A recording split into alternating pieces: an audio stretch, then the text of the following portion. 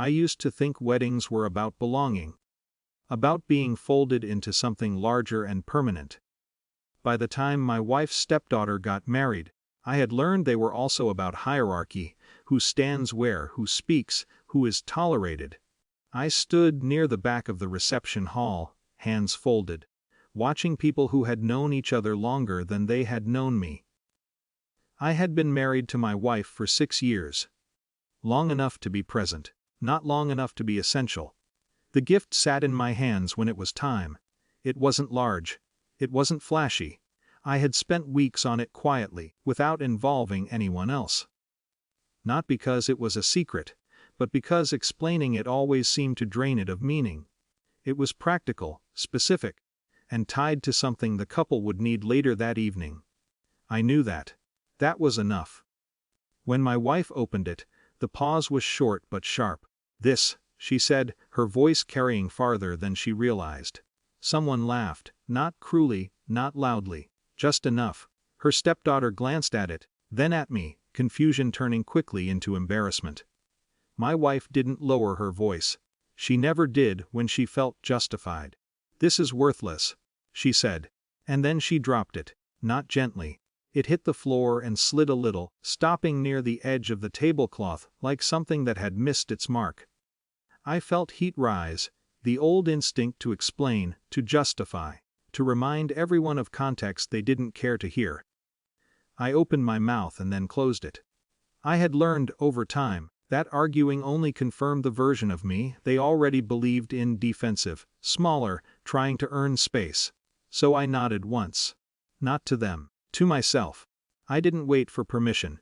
I didn't collect sympathy. I walked out of the reception hall as if I had simply remembered something important elsewhere. The air outside was cooler. Quieter. The city didn't care that a wedding was happening.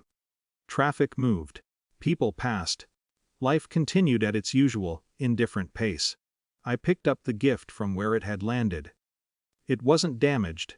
It never was the kind of thing that broke easily. A man stood across the street, leaning against a light pole. His clothes were clean but worn thin. He watched people with the practiced neutrality of someone used to being overlooked. When our eyes met, he looked away first. I crossed the street. "I don't need this anymore," I said, holding it out. He hesitated, then took it. He didn't ask what it was worth. He didn't ask why. He just nodded, like someone accepting weather. "Thank you," he said. Not reflexively, thoughtfully. I walked away before the moment could become anything else. For the first time that evening, my chest loosened. Not relief. Something quieter. Like alignment. I sat in my car for a while. I didn't start the engine. I watched the lights of the hall through the windshield, bright and warm and very far away. 30 minutes passed. Inside the hall, I learned later, the music stopped mid-song. Not dramatically. Just stopped. The DJ checked his equipment. Staff moved closer together.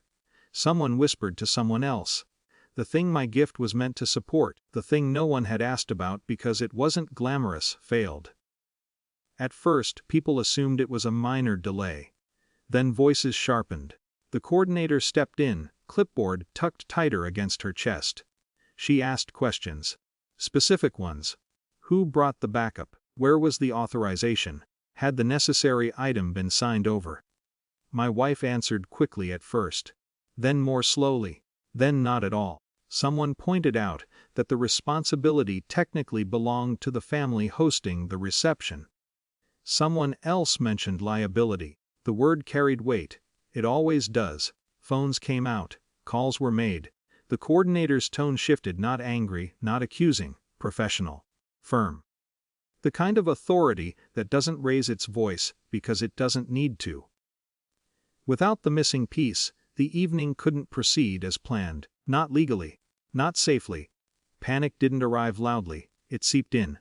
The bride retreated to a side room, dress gathered in shaking hands. Guests looked around, unsure whether to stay or leave. Momentum drained from the room like water through a crack no one had noticed. My wife asked where I was. No one answered. Someone remembered the gift. What happened to it? The coordinator asked. Silence stretched. Outside, my phone buzzed. Once. Twice. I watched it light up on the passenger seat. I didn't pick it up. Eventually, they solved it, they always do. It cost money. It cost time. It cost composure. The evening resumed in a different shape than planned, shorter, strained, careful. I didn't return.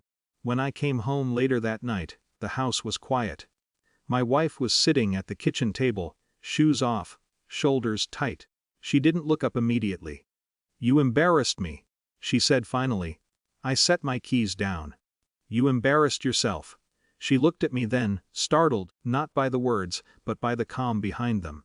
We didn't resolve it that night. Or the next. Or completely at all. Some things don't end cleanly, they loosen. What I knew, standing there, was simple silence had not been weakness. It had been choice. Dignity doesn't announce itself. It steps aside and lets consequences speak in their own, unmistakable voice. I went to bed alone that night.